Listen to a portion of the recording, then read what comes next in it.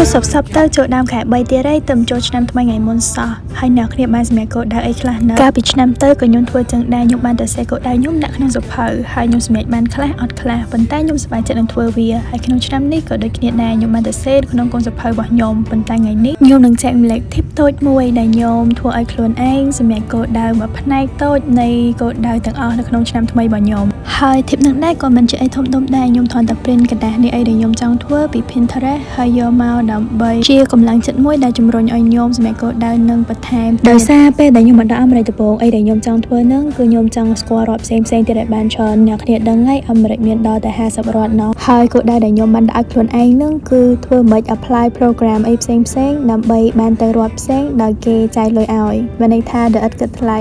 ពេលខ្លះការគិតវាស្រួលជាងការធ្វើហើយវាមិនប្រកាសថាខ្ញុំបានទៅរាប់ផ្សេងនឹងដែលគេចេញលុយឲ្យរហូតទេប៉ុន្តែបើយើងមានក្តីសម័យហើយយើងទៅសេវាដាក់នៅក្នុងកណ្ដាស់ឬក៏សភៅអីមួយវាធ្វើឲ្យយើងមានកម្លាំងចិត្តនឹងធ្វើវាបានដែរហើយដែលជំរុញទឹកចិត្តខ្ញុំឲ្យខ្ញុំគិតថាវាអាចទៅរួចនឹងដោយសារកាលពីឆ្នាំមុនខ្ញុំបានធ្វើអញ្ចឹងដែរខ្ញុំបានដាក់គោលដៅខ្ញុំនៅក្នុងសភៅហើយខ្ញុំប្រាប់ខ្លួនឯងថា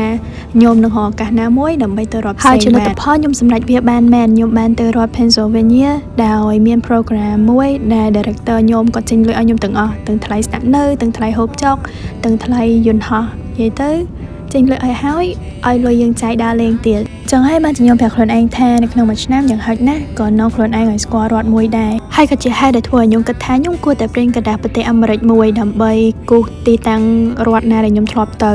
ហើយអ្នកគ្នាក៏ប្រហែលជាឆ្ងល់ដែរថាថៃបានខ្ញុំព្រិនដល់ទៅ2កណ្ដាស់ដោយសារពេលដំបូងឡើយនឹងខ្ញុំព្រិននៅកណ្ដាស់នោះដែលមាន checklist ខ្ញុំយកកណ្ដាស់ហ្នឹងជាគោលប៉ុន្តែដល់ហើយខ្ញុំភ្លេចថានៅលើទីតាំងផែនទីគេហ្នឹងគេអត់ដាក់ឈ្មោះរដ្ឋទេអញ្ចឹងខ្ញុំក៏ទៅព្រិនកណ្ដាស់មួយទៀតទៅអញ្ចឹងទៅវាបានជា2អញ្ចឹងពេលដែលខ្ញុំគូសអីចឹងគឺខ្ញុំគូសទាំងពីរប៉ុន្តែ it's so helpful ហើយវីដេអូខ្ញុំក៏មានតែប៉ុណ្្នឹងដែរខ្ញុំសង្ឃឹមថាវីដេអូនេះចេញទៅក៏លើកទឹកចិត្តអ្នកគ្នាសម្រេចគោលដៅដែលអ្នកគ្នាចង់ធ្វើដែរអរគុណជំរាបលាបាយបាយ